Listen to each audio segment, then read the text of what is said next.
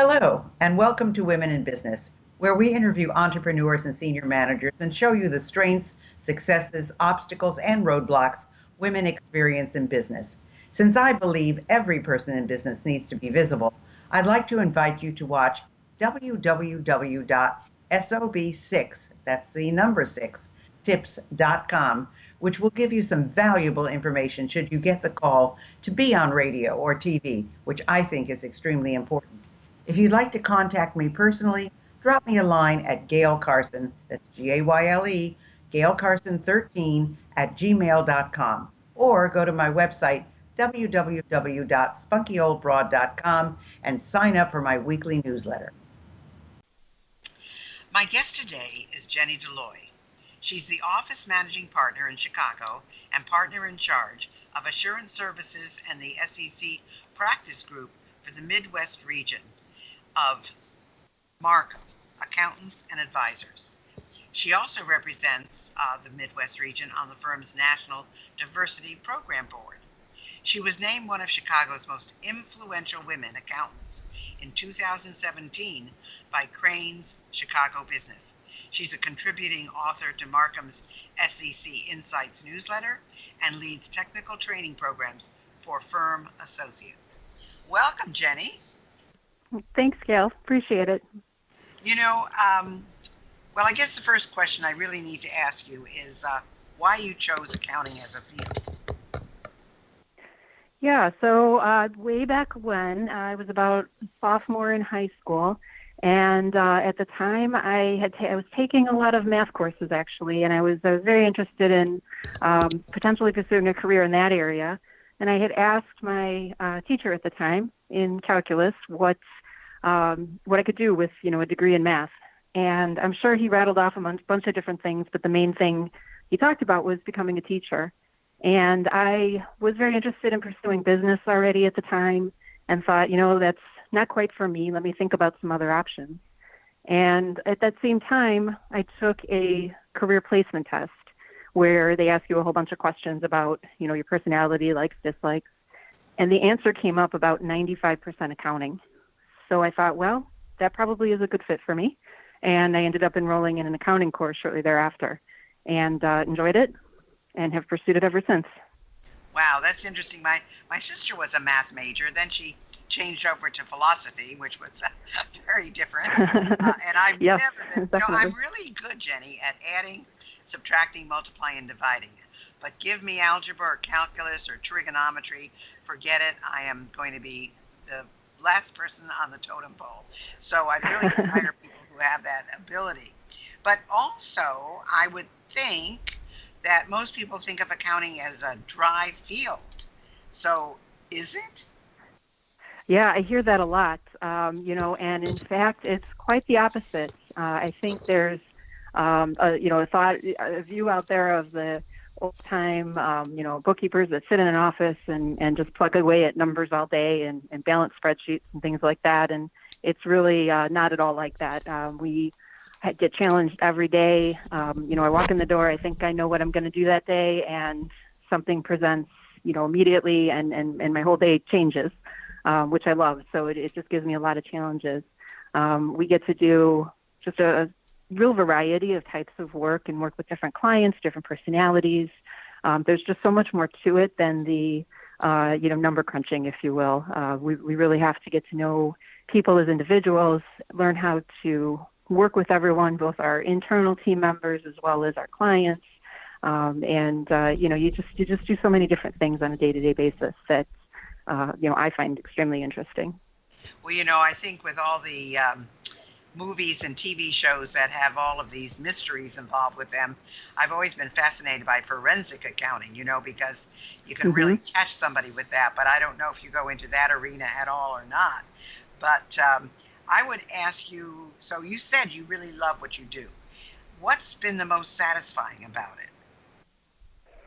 Yeah, I think there's a lot of different things. I think part of it is I've seen in myself a lot of personal growth. Even coming out of school and going into field of accounting, I had no idea how much of the soft skills, sales skills, marketing, things of that nature were involved in in particular in public accounting.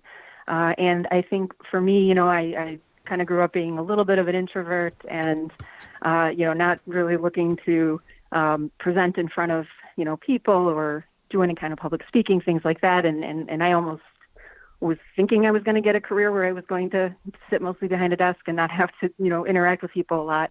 And what I found that has happened over the years from that experience is that I've learned that I enjoy interacting with people. I enjoy being out there. That's the best part of my job is when I can go out and talk to clients, present at boards, work with my team members. And then if I can see those results in my staff, that also is extremely satisfying and rewarding for me when I can watch them grow within their careers and, kind of see how they evolve from coming out of school to, growing up with the firm. Well, that's so interesting because I I have to say I'm sure that most accountants don't think about the marketing and the sales and all of that. But of course, my philosophy is that no matter what business you're in the marketing business. Because if you're not out there selling and making people aware of who you are and a little bit about the company you represent and so forth, you don't have any more clients. So some of the challenges you faced in the beginning, I guess, was feeling comfortable getting in front of a group, which we know that public speaking is the number one fear that people have. So how did you get by these challenges? What were some of the other things that you faced? Yeah, so there, in terms of getting past that type of challenge of public speaking and whatnot, it's really just practice and getting out there. And some of the other challenges I think I faced over the years, just involve balancing, work-life balance. We do work quite a few hours in our field, and, you really have to have a passion for it to do it. And, I think raising a family and, way back when about 4 years into my career, I went back and got my MBA. During that time, I was married. I had my first child, all of those types of things. And all the while, balancing my career as well, because certainly the work doesn't go away when you, start to go to school. And so I think that learning how to balance all of those things was really one of the hardest things that I've had to do. And thankfully, Marcum has been terrific with flexibility. And, the other thing I've learned over the years with that is that get your work done, but get it done in the way that you need to get it done. And so I try to encourage my staff to do the same. So, for me, sometimes I'll get up early on a Saturday morning, spend an hour or two working before the family gets up, and then that way I can spend the rest of my day with the family. And everybody has their own, personal things that they want to be doing.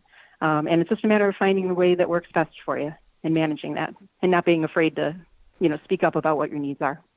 Yeah, a lot of women leave public accounting because they think they'll have a better work-life balance in private accounting. Is that true? I mean, what would you tell these people? Yeah, I think that it can be true depending on the nature of the job in private that they get, but private is certainly challenging in its own way. They have month-end close, they have different reporting responsibilities, they have to provide information to us as auditors. So there's definitely some heavy work hours that are in the private industry as well. And I think it really is a matter of each person understanding where their passion lies. And, for me, I like the challenge of going from one client to another. I learn a lot that way. And that's what I enjoy. But I also know that that's not what everybody enjoys. And they may find enjoyment in different types of challenges that they could find in private. So, I think that from the standpoint of staying in public and leaving because, you think it's going to be less work or less hours on the private side, if your personality is one where you want to be challenged, you want that excitement, you have to find a position that gives that to you and work with that. So find the flexibility, maybe there's a part-time model that will work. Maybe there's reduced hours. There's all sorts of different options that we have available to us to make it, give you that balance and that flexibility, but still being able to pursue, what you enjoy. Well, I became familiar with your firm, Marcum, by attending one of their events in my area. And it was really interesting because they had as a guest speaker, Aaron Brockovich. And certainly there's no one who is more thought-provoking than Erin Brockovich. I mean, she says what's on her mind, and there's no holds barred. And Yeah. I thought that was a very interesting um, person to have for a company like yours. But they also, I mean, that was a woman's forum. And so maybe that's the way people connect at Marcum. And how do you connect with other women coming up the ranks at Marcum? And you also have a staff. So I don't know how many are male, how many are female. Yeah, and it varies. You know, we typically start out about 50-50 in terms of male-female, but we do see, and I think that's part of why we've created some of our women's initiatives, is because we do see where that drops off towards the partner level. So while we may start out 50-50, we don't end up there. And so I think our current percentages are somewhere around 20% women in the partner group, which is typical for the industry. And so one of the things that we try to address is, you know, why is that happening, and what can we do to help retain women and help them to be comfortable staying in public accounting, you know, all the way through, and you know, as I mentioned, finding that balance that everybody needs. So our women's forum is one example of an effort to pull professional businesswomen together in an environment that is designed to, you know, provide some of the initiatives that we have in supporting women, you know, throughout the workforce, and being able to see their peers, talk to their peers, you know, see what kind of challenges we all face, you know, in balancing or whatever it is that, you know, that you have. So we're actually hosting our first one in Chicago this October, so we're very excited about that. And I think, you know, it's going to be a terrific event, and I'm thrilled to be part of a firm that is so supportive of those efforts. So what are your personal success stories, and do you have any suggestions for women as to how they might achieve that partner level? I think communication is really the most critical. You know, one of the things that I see time and time again is I do see a trend where the men in my staff population tend to be the ones that speak up more than the women. And sometimes I will sense that there's an issue out there, and I'll approach, you know, whoever it is that I'm sensing the issue with, to try to make sure that they're comfortable talking about it.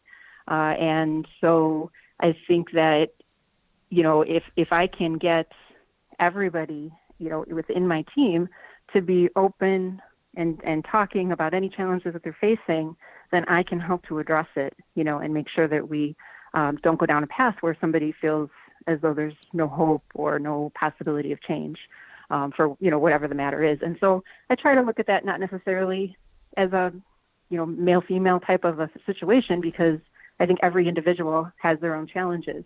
But I do see a pattern where the communication tends to be more, you know, more significant among the men than the women. And so just trying to make sure that everybody understands it's good to talk about it, you know, anything that's going on. And the only way that, you know, we can help address is if we know about it. You know, that is so true. And I do talk to women about that. I talk to them about how important it is to speak up. And when you speak up, have something really intelligent to say, and make sure you say it in a declarative way, and not something that sounds like a question when you're making a statement. However, Yes. I think it would, you know, I think there are still, I think it's getting better as our younger population gets into more and more professions, because younger men are just much more, I think, tolerant, shall we say, of women, because they've been raised by working moms. But I also, you know, I still think there are some men who, and I think even sometimes some women, when they speak up or are assertive, they're thought of as hostile and aggressive. And if a man said the same thing, that would not be the case. So we've got a lot of education to do there, I believe. So I would I like to, agree. you know, I would like to ask you, what is the one thing in your career you would do differently or better if you could? I know that's kind of very revealing, but I think it's an important question to ask. Yeah. So, you know, honestly, I think the main thing I would have try to do a better job of, and it's sort of a continual thing that I want to improve on even today, is really staying focused on what's important. It's very easy to get distracted by minutia and, things that Shiny maybe need to objects, be. right? Shiny objects. Yeah, exactly. Or things that are easy, it's so I can just knock this out. Let me just focus on that instead of really tackling, what is going to make a difference in, my career, my success, things like that. And so, just trying to maintain that focus, look ahead to the future and say, let me prioritize my day better so that I'm not continually getting distracted by, a lot of other things that might be important, but not necessarily, need to be done immediately or, like I think they might be. And I think that would be something, I think everybody can benefit from in terms of, just trying to focus your day.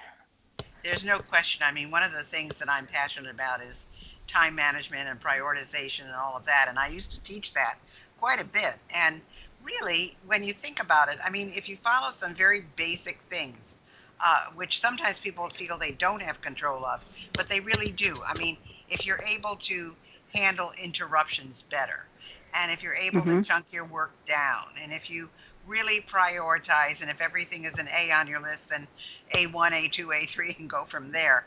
I mean, there are some simple things you can really do that would make a big difference in how you are perceived and how you get things done and how you react to things. But those shiny objects, boy, they sure do. They sure do come into your life more than you want. I certainly know that. But it's nice to know that those of us who are entrepreneurs, we're not the only ones that are distracted. That there are people in corporate America that are doing the same thing. So that's a good thing to know. So, in your That's true. opinion, after all these years, now how long have you been in this, Jenny? How long have you been working in the accounting arena? Well, since school, about 22 years. So 22 years. Do you think Mm-hmm. accounting has changed? Do you think it's a good career choice for women? Do you think that women should consider careers in accounting? And if so, what advice would you have for them? Yeah, I think I think the field has evolved tremendously. I think the technology has really had a significant impact, in our ability to have that flexibility. I recall when I had my first child, there was a client that was going through an acquisition. I had dealt with them before. They had a relatively complex deal structure, and I got a call from the partner about 2 or 3 weeks into my maternity leave. Can you help? Because there wasn't really anybody else that was familiar enough with the deal structure. And they shipped boxes to my house so that I could work at home, which, I can't imagine doing that today. And I didn't really mind, baby sleeping and, kind of sitting around, so may as well do a little bit of work. But, it's just, I think we've evolved so much since then. And now we also have the ability then to, not have boxes shipped to our house. We can access from anywhere, any of our files. And that enables us then to spend time with our, families or significant others or whatever the case, and still be able to, fit in our work schedule as we need to. And as I said before, I think it's just so important for, really both women and men to speak up and say, this is my need. I need to have this type of work schedule or this type of flexibility, and we can work with people, in that way. We have a lot more ability to do that nowadays. You don't have to be physically present anymore in all cases. And so, I think that's been a tremendous advancement in our field. Well, I think almost in any field now, I mean, with the fact that you can do Zoom meetings or Skype meetings, or, they don't, not everybody has to be in one place at one time, which is fabulous. So that's great. Mm-hmm. But I also think that, you know, are there things that you wish you had done? Are there things that you wish you had studied that might have made a big difference for you? I mean, I'm thinking back to what you were talking about with the marketing and the public speaking. Most people in accounting, and especially public accounting, they would not think about, having to take a speech course, or learning about marketing or any of those things. And yet it's imperative because, even in intercompany, you're marketing your ideas, you're marketing your division, you're marketing different things within the organization itself. So those things are really, really important. So I'm just curious about if you could look at Jenny 22 years ago. Is there something that you would have said, oh, Jenny, do this now? Yeah, I think that's a great question, and another example really of the evolution of the field and the educational system is that I think the folks coming out of school these days we've had some intern pools that are so incredible in terms of their presentation skills. I think that they're getting a much better education in that regard. And absolutely, if I could have had more opportunities, forced opportunities, really, to have that type of an environment where we had a lot more public speaking type courses that were required as part of our accounting degrees. I think that would have been, really tremendous. And I think the other thing that, in hindsight at the time, there weren't, at least from where I stood or what I saw or understood of the world, I think there was a lot more out there that as an opportunity for me than I realized. And if there had been some sort of maybe a mentor or somebody that, whether it was through the educational system or privately, that could have helped guide better as to all the different types of fields, even if it's within accounting, that were open to us. We pretty much were presented with, if you went into business, it was finance, accounting, or maybe marketing, some of those basic things.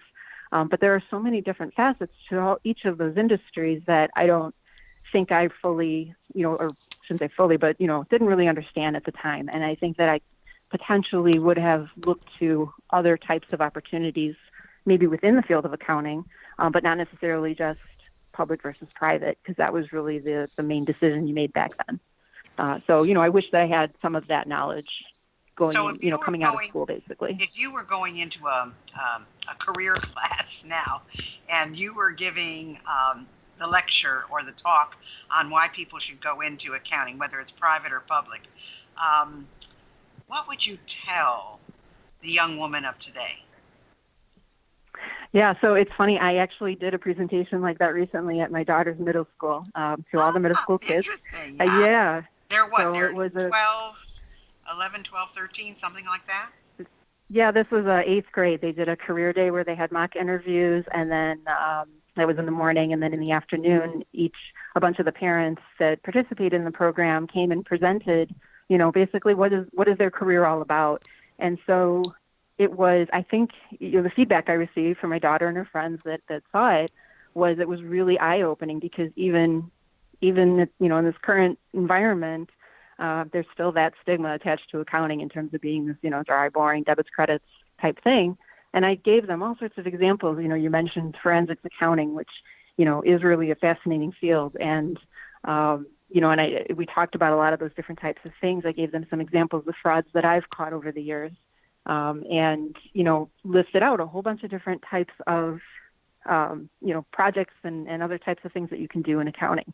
And so, I hope they got a lot out of that, and I hope we can continue to see more education around, the details within accounting, so that, when people are considering going into the field, they can consider it with all the knowledge they need. Wow, I think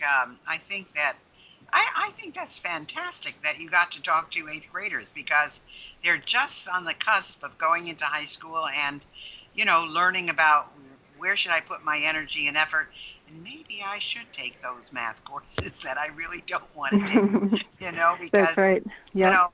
There's so many other things. People are so active today in social media and that type of thing, and a lot of young people are getting into the digital marketing type of thing rather than the traditional careers. So I think that's very, very interesting. So I'm fascinated now. I've got to ask you this one more question, because we only have 2 minutes left. What was the major question that the kids asked you? Was there one that stood out in your mind? So, in talking about the forensics example, they were certainly, very interested in that, and they wanted to, they had trouble understanding how someone could do something like, stealing or things like that, which I was glad they were having, a challenge in I understanding still how have somebody could trouble get to with that that point. too, Jenny. I have trouble with it. Yeah. Yeah, so a lot of the questions they asked were really around that. Why would this person do something like that? And so we talked a lot about the different motivations, that sometimes will cause people to do things that isn't necessarily, the way they would normally behave. And so, again, not a technical concept at all, but it's something that we as accountants certainly have to consider is, what surrounding factors are there that might motivate somebody to perform fraud or steal or whatever the case. So, I think that was probably the biggest thing that came out of there in terms of what they were asking about and seemed to be very interested in. So. That's wonderful. Well, I know that you probably don't want people reaching out to you through your email, so I will just say if you're interested, listeners, in accounting, public accounting, learning more about the profession, go to their website, Marcum, that's MARCUMLLP.com. And there's a whole bunch of information there. You can find out about the careers, what they have to offer, what's available to you, and so forth, because they have offices all over. So, Jenny, I want to thank you so much for being with us today. And it was very interesting and enlightening, and hopefully some of our listeners will take advantage of this and decide that they want to go into accounting as well. Great. Thank you as well. I truly enjoyed it. Thank you. Thanks for listening to Women in Business. I hope you enjoyed today's show. And if you have any suggestions as to who you'd like me to have as a guest, just email me at gaylecarson13@gmail.com. Be sure to check out www.sob6tips.com. And in the meantime, go to www.spunkyoldbroad.com to see the resources I have for you.